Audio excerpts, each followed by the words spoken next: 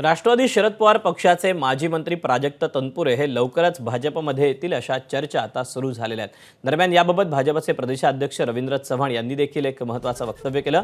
भाजपसोबत अनेक समविचारी नेते मनाने जोडले गेलेले आहेत। जर तनपुरे आमच्यासोबत जोडले तर आम्हाला नक्कीच आनंद होईल असं वक्तव्य रवींद्र चव्हाणांनी केलं। तर प्राजक्त तनपुरे यांनी मनाचा मोठेपणा दाखवत निवडणुकीतून माघार घेतली आणि अप्रत्यक्षरित्या पाठिंबा जाहीर केलाय। त्यामुळे येत्या 3 ते 4 दिवसात त्यांनी प्रत्यक्षरित्या पाठिंबा जाहीर करावा असं आवाहन विधान परिषदेचे सभापती राम शिंदे यांनीही केले। दरम्यान प्राजक्त तनपुरे भाजपमध्ये आले तर त्यांचं स्वागतच करू, ते सोबत आले तर मतदारसंघाचा चांगला विकास करू असं अक्षय कर्डिले यांनीही म्हटलं आहे।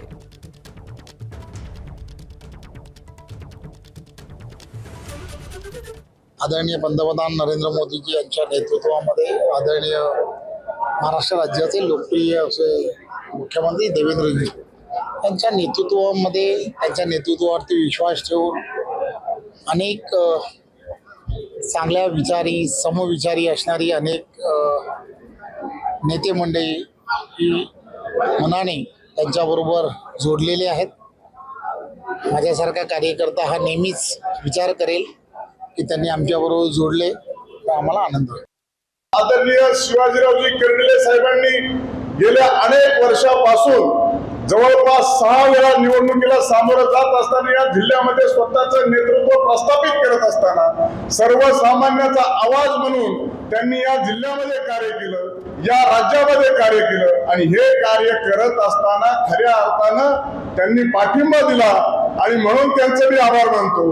परंतु अजूनही वेळ गेली नाही।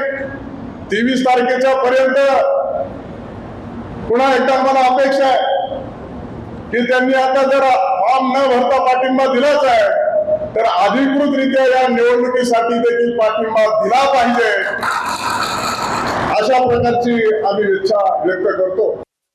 ते जर भारतीय जनता पार्टीमध्ये आले तर त्यांचं स्वागत आहे, कारण की त्यांनी मनाचा मोठेपणा करून साहेबांवरची भावना समजून मला खरं म्हणजे संधी दिलेली आहे, पाठबळ देत आहे, तर निश्चितपणे त्यांचं सहर्ष स्वागत आहे आणि भविष्यामध्ये एकत्र आलो तर चांगल्या पद्धतीने मतदारसंघाचा विकास करू। एबीपी माझा, उघडा डोळे बघा नीट।